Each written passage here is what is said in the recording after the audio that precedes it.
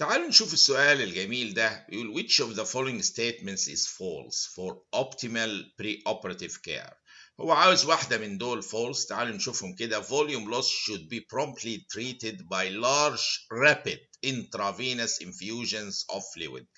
الحقيقة الكلام الجديد في هذا الأمر إن الكميات الكبيرة من الفلويدز يعني بطريقة سريعة كمان دي ممكن تعمل تيشو إديما وتمبيد الهيلينج بعد الأوبريشنز. يعني هنا زي ما شايفين كده perioperative hypovolemia and fluid overload have effects on both complications following surgery and on patient survival.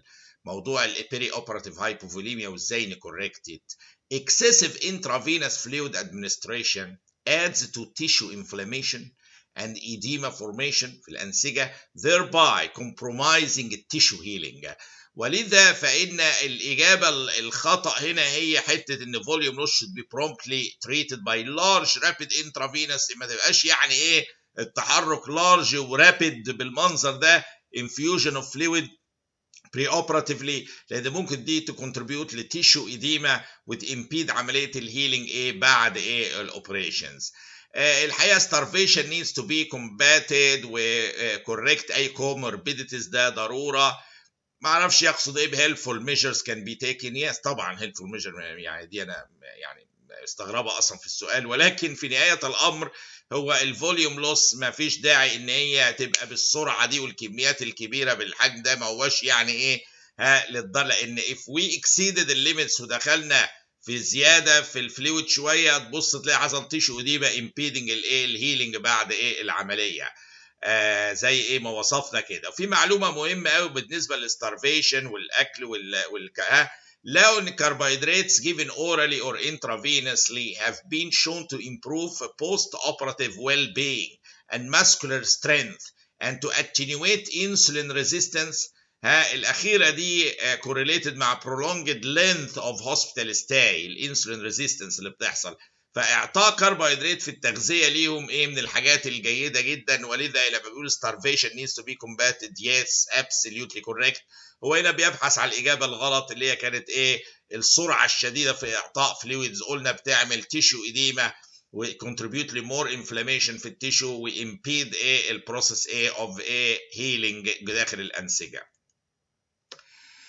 36 years old man presents to the emergency department with a severe left-sided headache with pain around the left eye. يعني جاي له pain حوالين الليفت eye severe headache في الليفت side. He had several similar episodes في last 2 weeks. يعني واضح متكررة بقالها 2 weeks. دي تمشي مع cluster headache بالملي.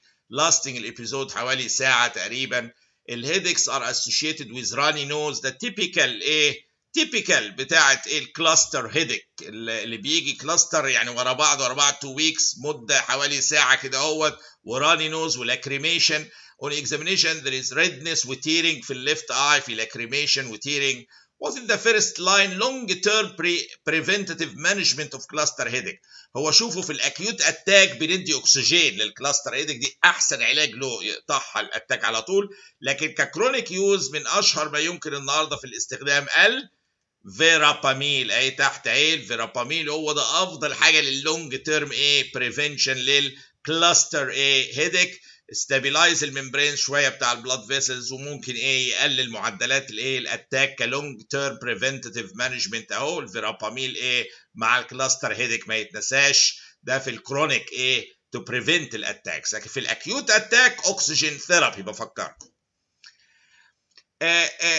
test not useful in case of tubal pregnancy is يعني كل دول مفيدين ما عدا واحد. البلفيك اكزامينيشن مفيد طبعا. التراسونوجرافي ده ما فيش اهم منه هام جدا. اتش سي جي هيومن كولونيك جونادوتروفين ليفل ده جميع مهم جدا لما تبقى عاليه وفي اكتوبيك بريجنانسي تيبيكال. يعني هيستوسالبنجيوجرافي يعني ملوش علاقه الحقيقه قوي بموضوع التوبال بريجنانسي في اللحظه دي. يعني دول اهم بكتير قوي. البلفيك اكزامينيشن التراسونوجرافي الاتش هيومن كولونيك جونادوتروفين ليفلز هم الثلاثه اللي بنعتمد عليهم. هيستوسالبنجيوجرافي ما هوش اساس الحقيقه في الانفستيجيشنز فما هوش ذات هيلفول يعني. ودي صوره التراسونوجرافي مبينه توبال بريجنانسي زي ما احنا شايفين كده. 50-year-old male with history of diabetes and hypertension presents للemergency department with chest pain that started 1 hour ago. الله، ده عدى بقى مرحلة الربع ساعة بتاع الايه الكلاسيك انجينا التراديشنال اللي هي ربع ساعة ويريح ويخف. لا ده مطول لساعة، ده داخلين في انفاركشن كده. and didn't resolve with nitrates، ده بتؤكد لي ان في احتمالية انفاركشن عالية. ECG showed ST depression. خدوا بالكم من دي. والتروبونين elevated. خلاص تروبونين elevated يبقى انا خلاص كده ايه مع 1 hour pain مع lack of response للنايتريتس وهو diabetic وهايبرتنسيف والشيست بين بالشكل ده وتروبونين elevated، خلاص حاله مايوكارديال انفاركشن. لكن كنا الاقي الاس تي depressed. هو شوفوا في نوعين او يعني الاساسيين من الانفاركشن، في السب اندوكارديال ده هو ده والترانسميورال. الترانسميورال ده هو اللي بيعمل اليفيتد، الكبير بيعمل اليفيتد ده اس تي سيجمنت، الصغير ده بيعمل ايه سبريست سمول بالشكل ده بيبقى سبريست او ديبريست اس تي سيجمنت.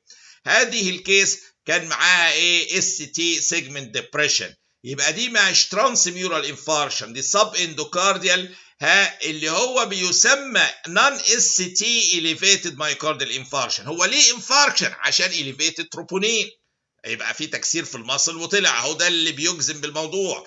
ونون اس تي اليفيتد او الاختصار بتاعه نون اس تي اليفيتد مايوكارديال انفاركشن تحت على الشمال اللي هي هنا برضو اهي.